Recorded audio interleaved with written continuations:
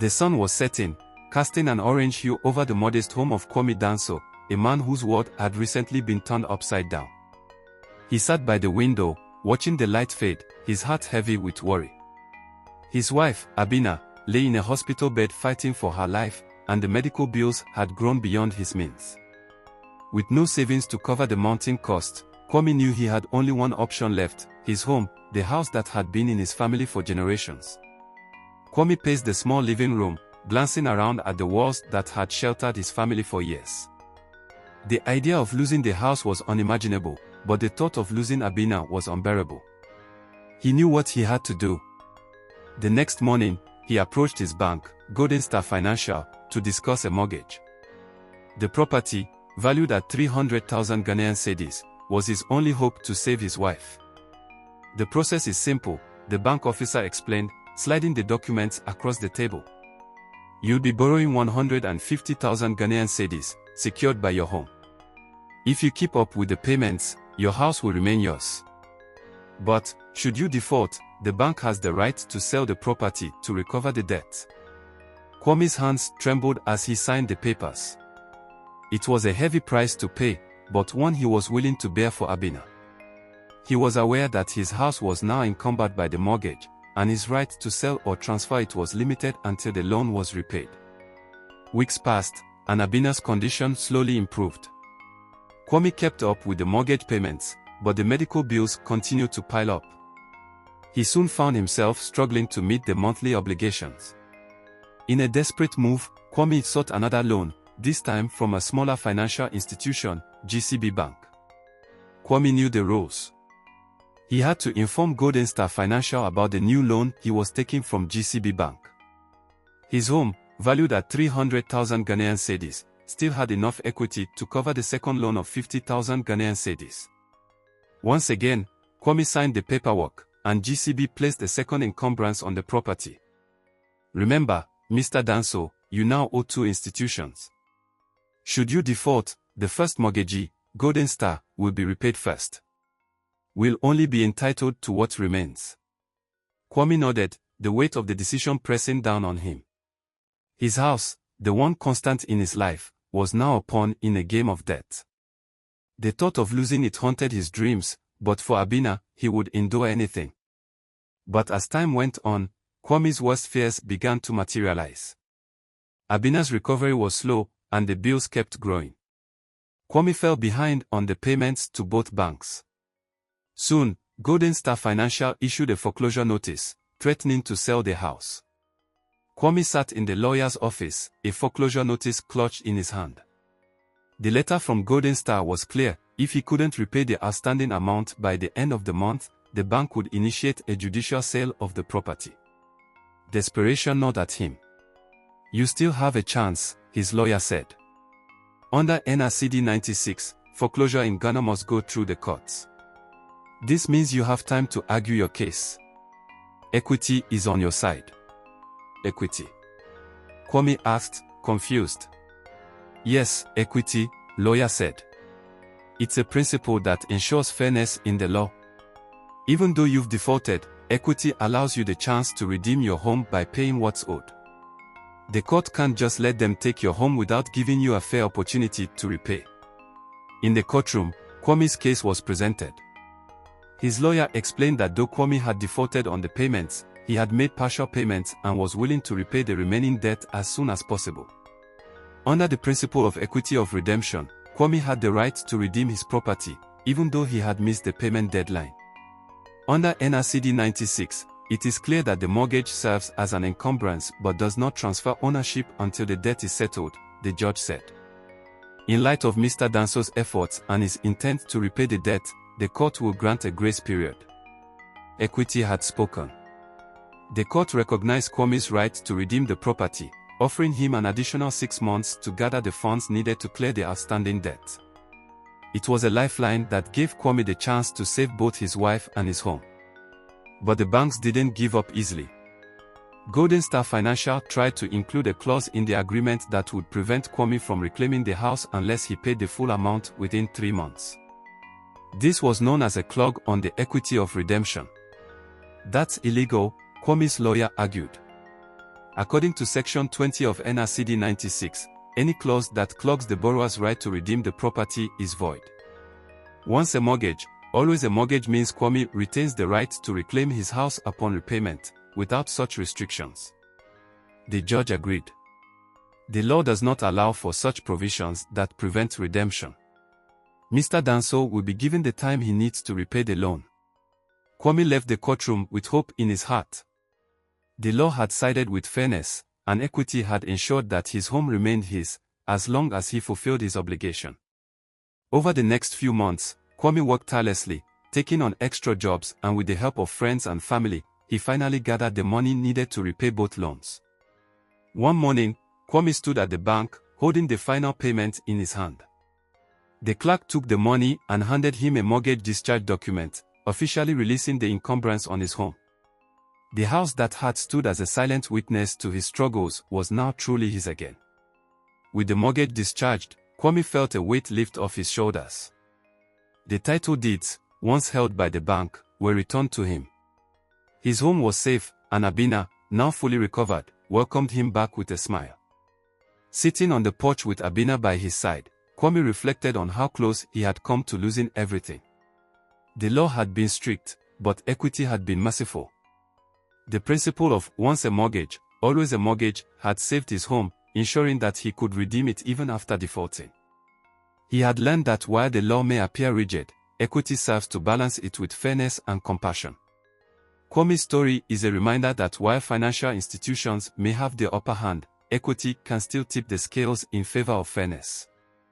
His journey through the complexities of mortgage law, from the NRCD 96 to the principle of equity of redemption, had taught him that justice isn't always about winning, but about preserving what's rightfully yours.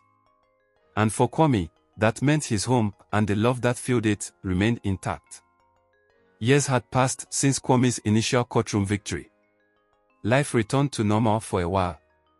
As time went on, Kwame decided to open a business. He went for another loan using his house as a mortgage. The business flourished, Kwame and his wife were successful, until one day, fire engulfed everything they have worked for. Unfortunately, Kwame did not ensure his business, the reality of repaying the loan lingered. Despite his best efforts, Kwame struggled to make consistent payments, falling behind once again. Each missed payment felt like another stone on his shoulders. The 6-month extension granted by the court came and went, and soon the years began to roll by. Kwame's finances worsened over time. Abina's recovery, though miraculous, had left them drained emotionally and financially. Business ventures he hoped would bring relief didn't materialize, and unexpected expenses continued to pile up. The mortgage with Golden Star Financial remained unpaid, and the weight of the debt lingered like a shadow over their home. "I've done everything I can, Abina," Kwame said one evening, exhaustion in his voice. "But the debt keeps growing, and I can't seem to get ahead." "We'll find a way," Abina whispered, though even she felt the weight of uncertainty. As the years stretched on, Kwame realized that the mortgage had remained unresolved for almost a decade. The once generous extensions from the court had run out, and although he made partial payments, the majority of the loan remained unpaid. What concerned him most was the approaching 12-year mark, a critical point under Ghana's Limitation Act of 1972, PNDCL 152, a law that could permanently change his situation. Under the Limitation Act and NRCD 96, if a mortgagee remains in possession of mortgaged land for 12 years without full repayment from the mortgager, the right of redemption could be lost forever. Kwame knew that if he couldn't settle the mortgage within the 12-year period, he would forfeit his home entirely. Kwame's lawyer explained the consequences of the approaching deadline. "Kwame, under the Limitation Act, Section 12(3), if a mortgagee has been in possession of the mortgaged property for 12 years and you haven't fully repaid the loan, you lose your right to redeem the property. In other words, your title to the house could be extinguished, and Golden Star Financial could become the legal owner. This is different from foreclosure. You wouldn't just lose the equity of redemption, you'd lose your entire ownership of the property. But I've been living in the house all these years. How can they just take it?" It's not just about living in the house, Kwame.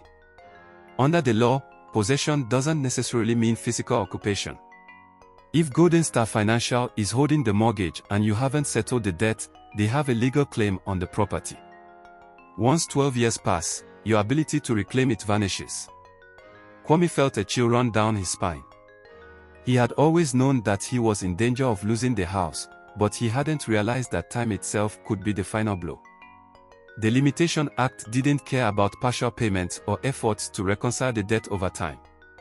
If the 12 years expired, the title to his home would be extinguished. Desperate, Kwame returned to the court to plead for one last extension. His lawyer argued that Kwame had made efforts to repay the loan, albeit inconsistently, and asked for more time under the principle of equity. Mr. Danso, while I sympathize with your situation, the law is clear.